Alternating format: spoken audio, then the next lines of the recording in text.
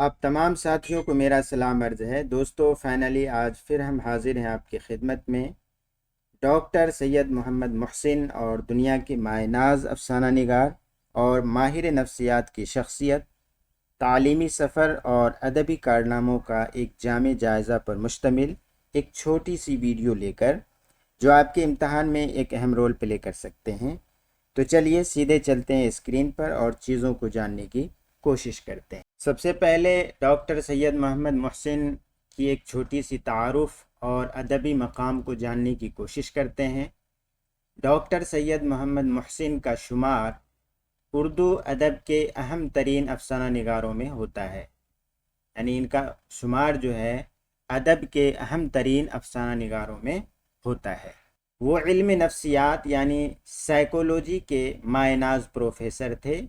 یہاں سے آپ کا جو ہے سوال بن سکتا ہے، پوچھا جا سکتا ہے کہ وہ کس شعبے کے پروفیسر تھے، تو وہاں آپ کا جواب ہو جائے گا سائیکولوجی۔ یہی وجہ ہے کہ نفسیات ان کا جو ہے بنیادی ادبی موضوع بھی بنا، چونکہ یہ خود سائیکولوجی میں ماہر تھے اور پروفیسر بھی تھے۔ ان کے افسانوں کا منفرد مجموعہ کون سی ہے؟ انوکھی مسکراہٹ، اردو ادبی دنیا میں بے حد مقبول و معروف ہوا، اسی وجہ سے یہ مشہور ہوئے۔ ان کی تحریریں جو ہے انسانی ذہن کی باریکیوں اور نفسیاتی کیفیات کی ترجمانی کرتی ہے۔ کیوں؟ اس لیے کہ وہ علم نفسیات یعنی سائیکولوجی کے ماہر تھے، پروفیسر تھے، لہٰذا ان کی تحریریں جو ہے انسانی ذہن کی باریکیوں اور نفسیاتی کیفیات کی ترجمانی کرتی ہے۔ آگے بڑھتے ہیں، اب ہم بات کرتے ہیں ان کی تعلیمی سفر اور کامیابیوں کے بارے میں۔ تو 1926 عیسوی میں جو ہے رام موہن رائے سیمینری پٹنہ سے میٹرک کا امتحان امتیازی طور پر پاس کیا، یعنی اچھے نمبرات سے جو ہے پاس ہوئے۔ 1928 عیسوی میں انٹر کیا، کہاں سے؟ مشہور پٹنہ کالج سے انٹرمیڈیٹ آف آرٹس یعنی آئیے کا مرحلہ مکمل کیا۔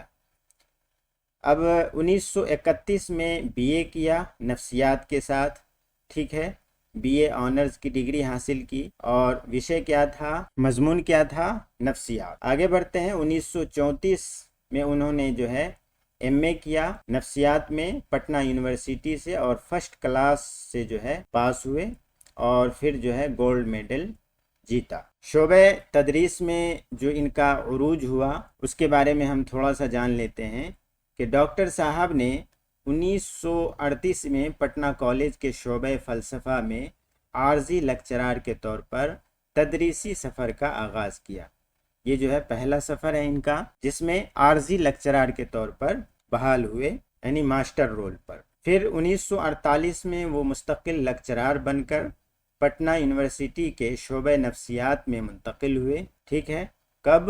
1948 میں، جہاں ان کی علمی صلاحیتوں کو بے حد پذیرائی ملی۔ اب بات کر لیتے ہیں ان کے صدارت اور سبکدوشی کے بارے میں۔ اپنی بہترین خدمات کی بدولت 1953 میں وہ شعبہ نفسیات کے صدر مقرر ہوئے، اور 2 دہائیوں سے زائد عرصے تک اس باوقار عہدے کو سنبھالنے کے بعد بالآخر 1974 میں وہ اپنے منصب سے باعزت طور پر سبکدوش ہوئے، یعنی 1974 میں وہ ریٹائر ہو گئے۔ افسانے اور شاعری کی اگر ہم بات کریں تو ان کا افسانوی مجموعہ جو ہے انوکھی مسکراہٹ ہے، جو بہت ہی اہم اور امپورٹنٹ ہے، اور ان کا مایہ ناز شعری مجموعہ کون سی ہے؟ زخم کے پھول، اردو ادب کے عظیم اثاثے ہیں۔